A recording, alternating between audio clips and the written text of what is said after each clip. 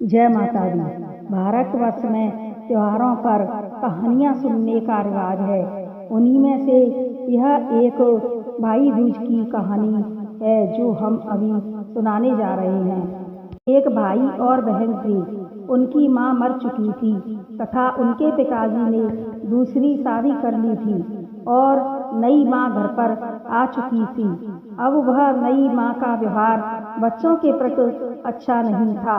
वह यह चाहती थी कि जैसे भी हो यह सारी धन संपत्ति मेरी हो जाए, इसलिए उन्होंने बेटी का तो विवाह कर दिया तथा वह बेटे को मारना चाहती थी।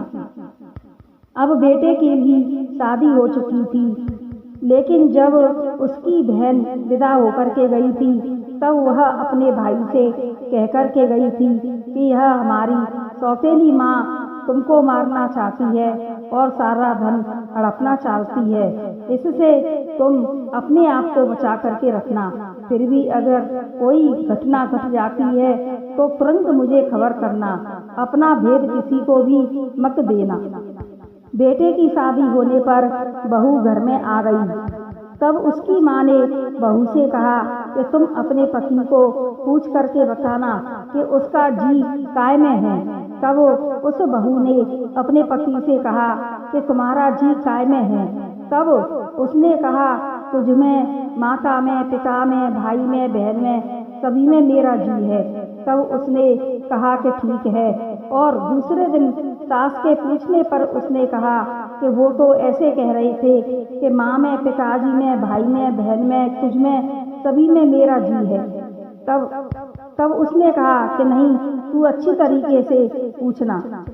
बहू के ज़्यादा पूछने पर उसने कहा कि जो मैं यह गाय का दूध निकालने जाता हूँ, इस लोहनी में मेरा जी है।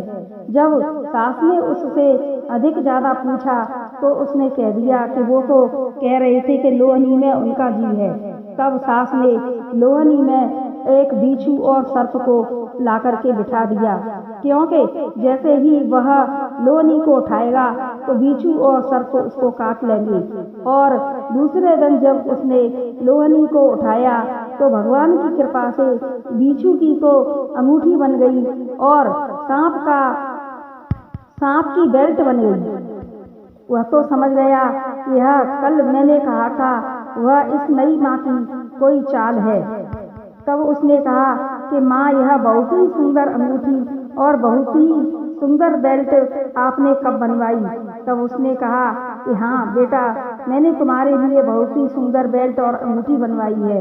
इस प्रकार से जब उसकी माँ ने उस बहू से बहुत अधिक पूछा तब उसने कहा कि ठीक है, मैं आज पूछ लेती हूँ। और बहू फिर खटिया लेकर के सो गई। तब शाम को जब उसका पति आया तब उसने कहा कि तुम्हारी माँ ने पूछा है कि तुम्हारा जी काय में है।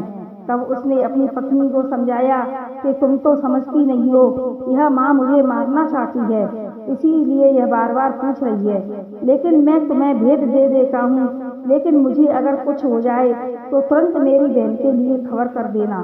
तब उसने कहा कि ठीक है। तब उसने कहा कि अपने पीछे जो अरवैया करवैया ठाड़ी हैं, उन अरवैया करवैया में मेरा जी है। तब सास ने दूसरे दिन जब बहुत अधिक पूछा तब उसने बता दिया कि वो तो ऐसे कह रहे थे कि जो पीछे अरवैया करवैया है उन्हीं में उनका जी है।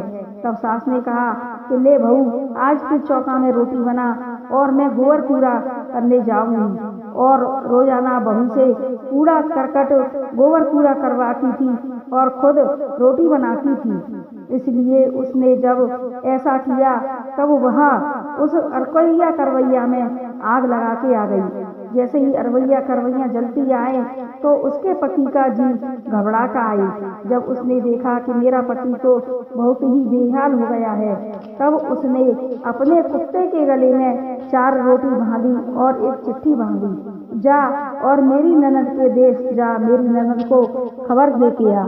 तब वह कुत्ता दौड़ता हुआ जब उसकी ननद के देश गया, ननद के गांव गया, तब ननद कुएं पर पानी भर रही थी। तब उसने कहा कि यह कुत्ता तो मेरे मायके का है, तब उसने उसके गले में से रोटी खोल करके कुत्ते के आगे डाल दी खाने के लिए, और चिट्ठी पढ़ी। तब उसने सारा हाल पढ़ा। तब वह दूध और दही की नाद भर करके चलने लगी मायके की तरफ, और दूध और दही का छिड़काव करती आवे, और बहू दूध और दही का छिड़काव करती आवे, और उसके भाई की चेतना लौटती आवे। दूध और दही का छिड़काव करती आवे और उसका भाई अच्छा होता आवे। उसने आकर के सारा दूध और दही अरवैया करवैया पर छिड़क दिया और उस अग्नि को शांत किया। जब उसने कहा कि भाई तूने क्यों अपना भेद दे दिया, मैं तुझसे मना करके गई थी। तब उसने कहा कि बहन मैं नहीं देना चाहता था, पर यह तेरी भाभी नहीं मानी और इसने मुझे बहुत मजबूर कर दिया, तब मुझे देना पड़ा। तब उसने कहा कि भाई इस प्रकार से बहन ने अपने भाई के जीवन की रक्षा करी। बोलो गौज मैया की जय। तो भक्तजनों, हमारी यह दौज भाई दौज की कहानी अगर आप सभी को पसंद आई हो तो हमारे चैनल को लाइक, शेयर और सब्सक्राइब करें। जय माता दी।